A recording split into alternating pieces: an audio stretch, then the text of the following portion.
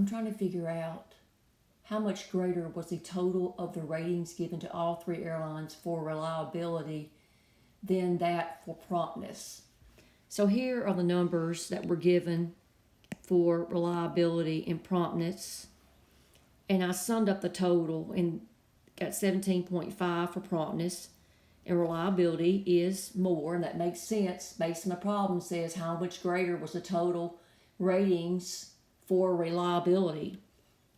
And so I found the difference between reliability and promptness, and that was 2.7.